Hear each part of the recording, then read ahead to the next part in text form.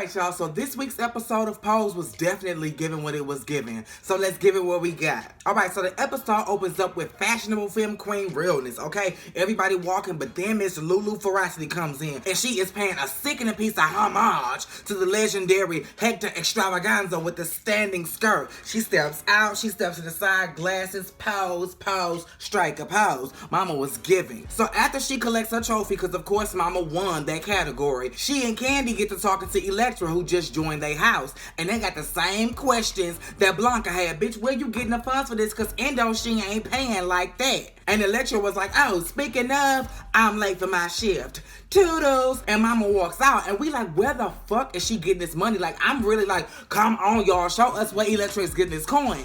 And I guess the spirit guards heard me, and they was like, okay, bitch, wish granted, because they showed us what the fuck she was doing. Mama was down to the Hellfire Club with the dominatrix. Okay, she was, oh, shut your ass up. But that's perfect for Electra, okay, because she like to rule shit, and she like to run shit. She was like, I ain't down with the drugs, and let me let you know, Electra, that little sniffing shit, that's not drugs, because I thought it was too, and the nigga I was fucking with back in the Gap, he was doing that shit, and I was like, I don't do drugs, no ma'am, I don't get down like that. And he was like, no, it's supposed to heighten your arousal. So a couple of whiffs of that, and bitch, you are ready to go. Angel helps Blanca with her look. This was well overdue. Blanca and Angel both knew that Blanca needed some goddamn help. Baby, she strutting through season 2 in the same striped shirt she was wearing season 1, episode 1, when she was in House of Abundance. No, ma'am. So Angel was like, Mama, listen, I'm gonna have to help you out in the fashion department if you want to get this goddamn building, bitch. They gonna clock you in a second. And Blanca was like, don't you think I know the reason why I got these clocky fashions is because, bitch, I gotta run into the retail store and run out. I don't have time to try shit on. I just grab and go before they call the cops. And that is so tragic that they did y'all like that. Like, you could buy, I mean, what if you buying for your sister? Like, I don't that shouldn't, I mean, going into the fitting rooms, I can understand they like, but why you can't buy the clothes? So then Blanca meets with Miss Norman, and Miss Norman is like, bitch, I own this building because my husband was messing around on me with a man, so you already know that she not with that shit. And so Blanca like, yeah, whatever, I'm here, I'm Dominican, I'm gonna work for you, da-da-da-da. And you almost thought for a second that Miss Norman was gonna clock Blanca because she was like, first and last month with a security deposit. And Blanca was like, it's mine. She was like, no, it's mine. Don't forget that. But you can do your little thing. And when Blanca asked for a contract, she said, oh no, I want to keep a paperless trail, so pay me in cash and seal the deal with a handshake. Now when she told Pray Tell was like, a handshake. And you would think, oh my God, like she did a bad thing, but it worked out in her favor, bitch, and we gonna talk about that later. Ricky comes home. So Ricky walks through the door, and him and Damien about to get it on because they ain't seen each other in forever. And Blanca was like, no, bitch, Derek just died, so we need to have a family meeting or whatever. So after the family meeting, I guess they was planning on going to the funeral. But baby, all the boys in the situation except for Poppy, because he got the hots for Angel, so he ain't going nowhere that Angel ain't going. So all the boys except for Poppy was like, bitch, we finna go celebrate. So they went out to the pier, they got to Vogue, and they got free drinks, free food, and they was lit. And Blanca was not happy with that at all. Not at all. She ate their ass the fuck up. She was like, first of all, who the fuck is Derek? I ain't never heard of Derek. I ain't never seen Derek. So y'all gonna have to hop in the comments and let me know something, because bitch, I am lost as to who the fuck Derek is and why is he so important. The House of Ferocity. So the House of Ferocity is living in this cute little apartment or whatever, and the house mothers are Candy and Lulu. So they get to talking and assigning jobs or whatever. Then they sit down for dinner, and it's Slim Fast and popcorn. And Electra was like, no. Like, Mama, what's going on? We gonna need something better than this. And Candy was like, nah, bitch, this is all I can afford. After rent, bitch, and getting my nails done, popcorn and Slim Fast was all I could afford. So, bitch, get you some hot sauce and let it pop. So Electra was like, whatever. Moving on, where am I gonna put my shit, bitch? I got furs, I got diamonds, I got bags, oh my. And I ain't got no closet space. And baby, Candy had to let it be known. This is my house. You are a guest. You ain't finna come in this bitch and run shit like you did with Abundance. Cause bitch, this is Ferocity. And baby, it's not going down like that. We're the queen bitches in charge. Not your black ass. And then baby, Candy threw a couple more reads in there. And then Electra was like, wait a minute. You right. Once I got the sex change and stopped fucking with Big Papa, bitch, I lost myself. Need I be reminded? I am the one and only Electra. And then she pulled another table stunt. She didn't flip this one over, but she pulled the tablecloth. Kapow! She said, that's my new signature move, bitch. I'm out. And I'll send for my things. Then, bitch, in the next breath, we see Electra building her house. She is taking her valuables and she is like, boom, I'm gifting you this. Boom, I'm gifting you this. There's more where that came from. Come with me. Boom, cack. In walks the new house. We don't know what the new house is. We just see her collecting her members. Now we back at the ball for the story time category. Bitch, they should have called this whole fight night because it was going down to the goddamn ball. Okay, first, it was House of Evangelista with their Romeo and Juliet.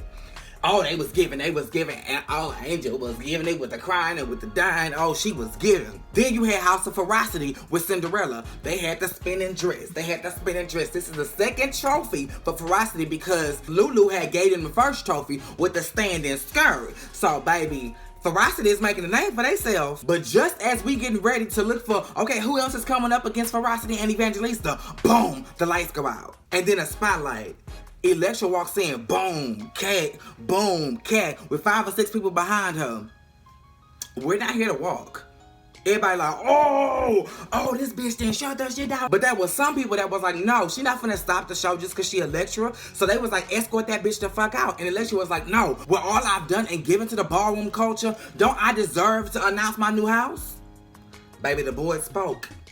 No, bitch, bye. She said, okay. We are the House of Winter, paying homage to editor-in-chief of Vogue. I was like, bitch. And then here come Cubby and Lamar. Mother. Oh, it's Benji. We want to come home. I'm like, oh my, these house hopping hoes. By Lamar, by Cubby. I mean, the only thing we gonna miss is your voguing because, baby, Lamar was giving order he could give in the voguing department. Oh, I almost forgot. Okay, so when Electra was trying to introduce her house or whatever, Candy was one of the people that was like, no, bitch. No, she's not finna stop the show. And so Electra was like, boo, shoot. And that's when Candy had enough. Candy was like, bitch, it's hammer time. She pulled the hammer back out, and then Electra had a knife, and they was finna go toe-to-toe. Everybody fighting. That was fight number 1. Damon at the bar watching all this shit play out, and the man is trying to flirt with him or whatever. Let me buy you a drink. I'm looking for love, da-da-da-da. And at first, Damon was trying to play it off like, nah, I'm good. Then he had to just flat out tell him, I'm spoken for, I'm not available. And homeboy was like, I know. I've seen you before. Not in my dreams, in pictures. I was Ricky's bunkmate. If you know what I mean. And of course, Damon was like, nah, bitch, no. Like, please, I trust my man. I trust him. Girl. Then Ricky walks up, and the look on Ricky's face and his lack of expression and rage was just a bit alarming for me because he was like, no, I didn't. Like, it wasn't believable. I don't know about y'all, but I have definitely had a Ricky in my life. And I've been Damon. But then I wasn't Damon. And we gonna get into that. So Chris keep going off, I fucked y'all, man. Don't be mad at me, be mad at y'all niggas. And I guess Damon had enough. I think what really made him have enough was when he was like, you need to lose 10 pounds. At that point, Damon was like, ow, sweet Jesus, no, sweet Jesus. And they had to pull them apart because Damon was on his ass like motherfucking right on rice. Miss Norman's son clocks Blanca. So Miss Norman is doing an interview or whatever, and the son walks in. And the son was like, yo, Lieutenant, I hope you know that's a dude. And Miss Norman was like, you're crazy, not the Dominican. He was like, nah, bitch. You so busy trying to collect money, you not paying attention. That's a man. And I think that knowledge on top of what she had just experienced with her husband was like, oh, hell no. I ain't fucking with nobody in the gay community whatsoever. So you need to put that bitch the fuck out. So, but I think that's where you fucked up. Because the man went back, gave the money to Blanca. Blanca was all up in her head and her emotions, but then she got to talking to Pray Tell. Pray Tell was like, nah, bitch, you need to fight for your motherfucking rights. How the fuck you gonna set an example for your kids? And so speaking of rights, Blanca went and she found out what hers were. And she had squatters' rights. So she said, bitch, we settled on a handshake. So I got squatters' rights for 2 months. So I'll see you in court. Yeah, you can beat me up with your Russians and your Italians, or you can sue me with your gang of lawyers that you have on retainer. It don't matter, bitch, because I'm gonna fight back. And kudos to you, Blanca. You get the motherfucking cast me out for that shit, right? No, I'm gonna have to half in it because I'm gonna have to get the other half to Damon because, bitch, what he did in the last scene, well, not the last scene, but what he did at the end of the episode, yeah, Friday dinner. Okay, so after the fight between Chris and Damon, Damon was all up in Ricky's shit. Tell me this shit ain't true. Tell me this shit ain't true. And he let it slip that they been fucking without condoms. At that point, Blanca was like, oh, hell no. I need to inform my boys on safe sex so they don't be out here looking like me. So she tried to pull out the whole cucumber and condom, and they thought that shit was funny. And Angel was not having it. Angel was like, y'all need to take this shit seriously. Blanca told them the truth. So Blanca told them the story of her life. Like, I was out here looking for love, and I thought the only way I can get it is by giving men my body. And that's what I did. And even though I stopped and I got a hold of myself, that shit caught up with me, and I got AIDS. And the table was silent. And Poppy stood up, and Poppy went to her and was like, baby, you took care of me when nobody else would. And I was bawling like a baby at this point. So I'm gonna take care of you. We all are. Anything you need, if you have so much as a sniffle, you call me. I was like, Poppy!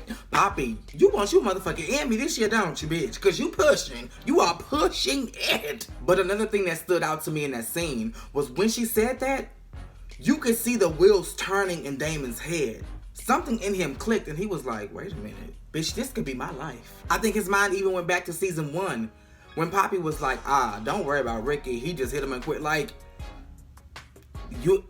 he was a player when I met you. Like, Damon felt enough to say something and he made Ricky go get tested. They went and got tested again. And the look on Ricky's face when Damon was getting tested was that of guilt. I don't know if y'all saw that, but he was just looking guilty as fuck. And then this happy-go-lucky stride when he found out he was negative. Why wouldn't you be if you only been fucking me? And we got tested together last season. So if you've been fucking me since last season, and only me, and we were both negative then, why is it such a relief that you're negative now? Bitch, we all had a Ricky in our lives. I don't know about y'all, but I saw my nigga, or my ex-nigga, because baby, please, it will never be again. I saw my ex in Ricky, all up and through Ricky in this episode. I was like, I didn't see Delon Burnside at all. I was just like, the Eros Ball. Now, this is all about love, so they were supposed to be bringing love to the scene. Feathers was the thing. So, at first, it was Evangelista. They pulled it out, they pulled the stunts, but baby, they just wasn't doing enough. They got 8s and 6s and 7s. And so they was like, So they walked off, and then that's when Candy was like, bitch, I don't know whose stuff she took, but she took somebody's stuff and was like, excuse me. And everybody was like, oh my God. Candy, you just insist on embarrassing yourself only at the balls. I don't see you making a fool of yourself nowhere else. Just at the balls. You want to be seen and just that, bitch. So why don't you just put some thought and effort into it? You were once a part of an award-winning, legendary house. You seen Elektra in action. You can't take none of that and apply it to yourself? And speaking of Elektra, when Tour walks their first category with this Eros Ball, and bitch, they gave it. Oh, they was giving it with the fashions, they was giving it with the dance moves, and then a big ass seashell came out. I said, okay, here come Elektra, because baby, she gonna come with the theatrics. They banged that seashell, and baby, she came out, boom. Then she pulled on the string and swoosh, they went out of it. I said, oh, Elektra, bitch, you don't play fair. Not at all. And it was unanimous. 10s across the board. Everybody went up for Elektra. But then Pray Tell did something very remarkable. He shined light on Blanca. He said, bitch, you may not have gotten a trophy tonight, but we need to recognize you for being a businesswoman. You persevered and you are an entrepreneur. And bitch, we salute you, bitch. You will always be a champion to me.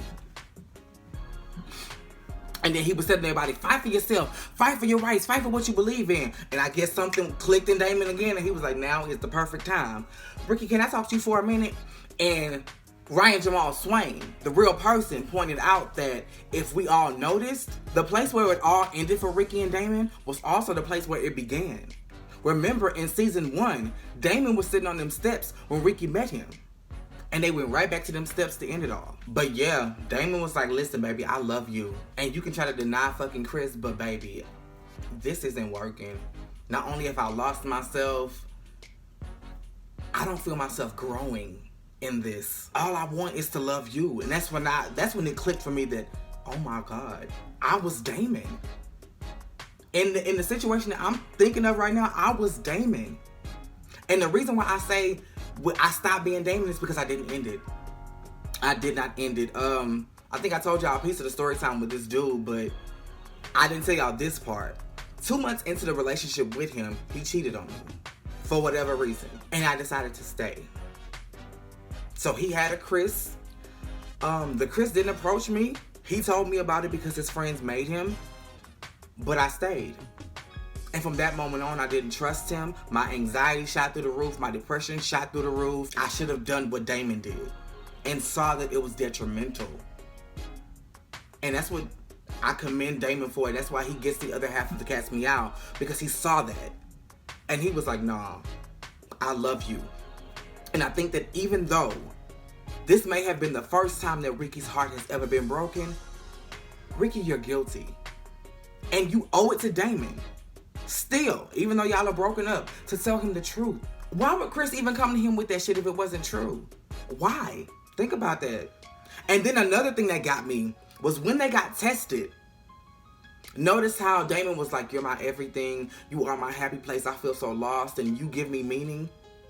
And in that moment, he left him to go be with Chris. It wasn't a one-on-one date, but they're both dancers. And he had to go to rehearsal where he worked with a guy that Damon just fought because of a rumor that they fucked. Ricky, you didn't see this coming? No, you didn't. Because you thought you had him wrapped around your finger. You thought you was in deep enough and that you had covered enough of your tracks that you could just lie and say it didn't happen and he would believe you. But baby, that was not the case. And then the closing scene, Blanca opens up Vogue nails. Kudos to you, baby. Ricky moves out. And from what we understand, joins Wintour. And from what I can see, he gonna have a whole lot of room to sleep because Electra's new pad is lavish, okay? And then, of course, we see the relationship between Angel and Poppy developing a lot more. And yeah, that was Pose, y'all. It was given what it was given, and I gave it what I had. Make sure you guys are liking, subscribing, and commenting, and that your notifications are on. Same place, same time.